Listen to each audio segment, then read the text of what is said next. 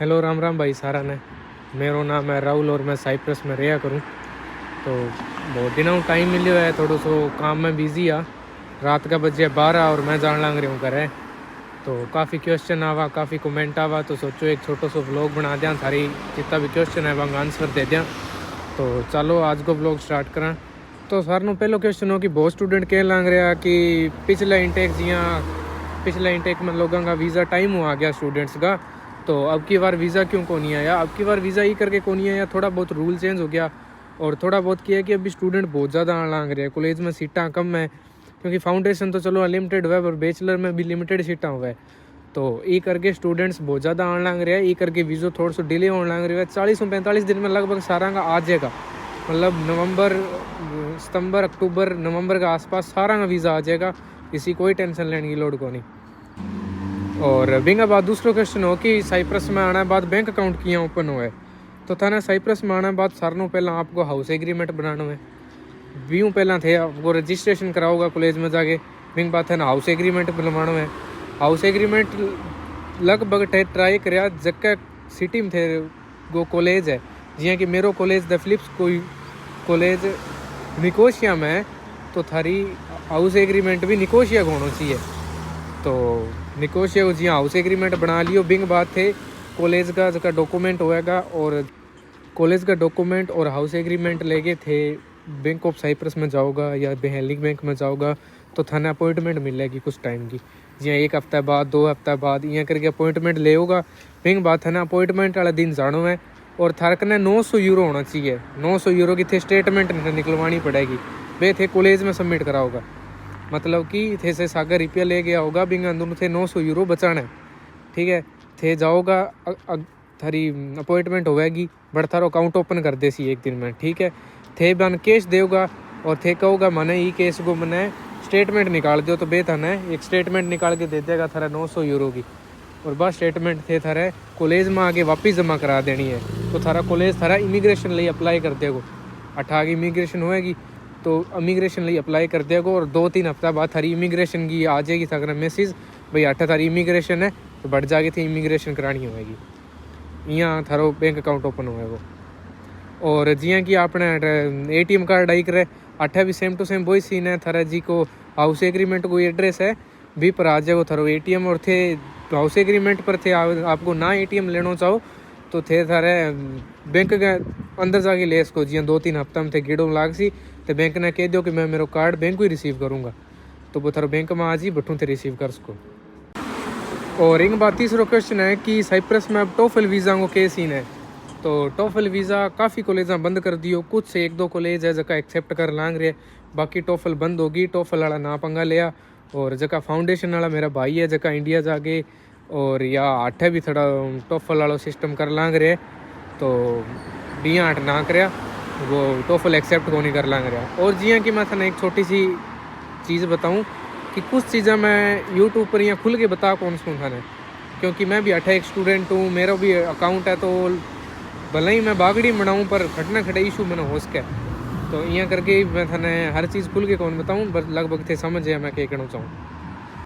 और कई जगह फाइल लगाने खातर सोचने लग रहा बे कह कि भाई मैंने कितना नंबर चाहिए, तो 4.5 बैंड चाहिए अपने आईलेट्स में, और जे मेन कोर्स में फाइल लगानी है तो 4.5 चाहिए, और PT में अपने 58 चाहिए। और टोफल वगैरह को यार मन थोड़ा सा नंबर को ठाक होनी ज़्यादा, मन टोफल की नॉलेज को नहीं। और बिंग बाद जे आप फाउंडेशन में पास करा, तो मतलब फाउंडेशन में अप्लाई करा, तो फाउंडेशन में तो मिनिमम चाल जी जितना मर्जी है, बस नंबर होना चाहिए, मिनिमम नंबर चाल जे फाउंडेशन सारा एक्सेप्ट करे। पहली बात साइप्रस की रिफ्यूज़ल को नहीं आवे, जक्का की कोई में फाइल में इशू है या कोई डॉक्यूमेंट जियाँ थारो स्कोर एक्सपायर हो गयो, तो बस थाने रिक्वायरमेंट कर देगा, थे रिक्वायरमेंट वापस फिल करके थे चला उसको रिफ्यूज़ल को नहीं आवे कभी भी। और इन बात भाई पूछा कि साइप्रस में आने बाद आगे मूव होने वाला केस सीन है। तो अभी काफ़ी न्यूज़ सुनी हो सी थे कि भाई साइप्रस शेनिगन कंट्री में आना रहे, तो शेनिगन कंट्री में स्टूडेंट्स ने वो फायदा है कि अपने को जो 8 अपने कन 3-4 साल को वीज़ो है, तो आप डायरेक्ट टिकट कोई भी कंट्री की करा के बढ़ जाके काम कर सका। पर कॉलेज तो 8 चल है अपने कन, कॉलेज है 8 अपना आगे फीस 8 ही जमा करानी सी, तो सिस्टम 8 गई हो सी, बट आप काम कोई भी कंट्री में जाके कर सका, वो फायदा है। और कोई कंट्री में मूव होना चाहवा तो 8 आ गया। अब थाने 6 महीना तो वेट करनी पड़ेगी, क्योंकि 6 महीना थारी पिंक स्लिप होनी है। पिंक स्लिप आवेगी बाद में थे कोई कंट्री भी अठू मूव हो उसको पिंक स्लिप के थ्रू। और इंगे बाद भाई पूछा भाई जगह स्टूडेंट 8 आवेगा बे आपकी जी पुरानी सिम है बिंगो के करनो है कि एक इशू मेरे साथ भी हो। मैं थाने मेरो भी एक छोटो सा इशू शेयर करूँ जी थाने पतो लग जाएगो कि मैं इंडिया मेरे नाम पर एक सिम ही जी पर सिम पर मेरा सारा account, bank account, social media account और सारी डिटेल मेरी भी अकाउंट नंबर पर ही। और बस सिम मैं घर ही छोड़ दी, बस सिम मेरी बंद होगी। मेरे बाद मैं भी सिम पर ध्यान कौन दियो। मैं सोचो 6 महीना 7 महीना साल सी लेकिन बाद में मैं सिम नहीं कटा लूँगा, वापस से रिचार्ज करा लूँगा। पर अब जब मैं जाके पतो करो तो बस सिम किंग और के नाम पर कट गई। अब मैं भी सिम को की कौन कर सकूँ, मेरा इतना नंबर कनेक्ट है तो सोशल मीडिया अकाउंट पर है। तो बिंगो मैं अब कुछ ना कुछ देखूँगा सोल्यूशन के सोल्यूशन निकला।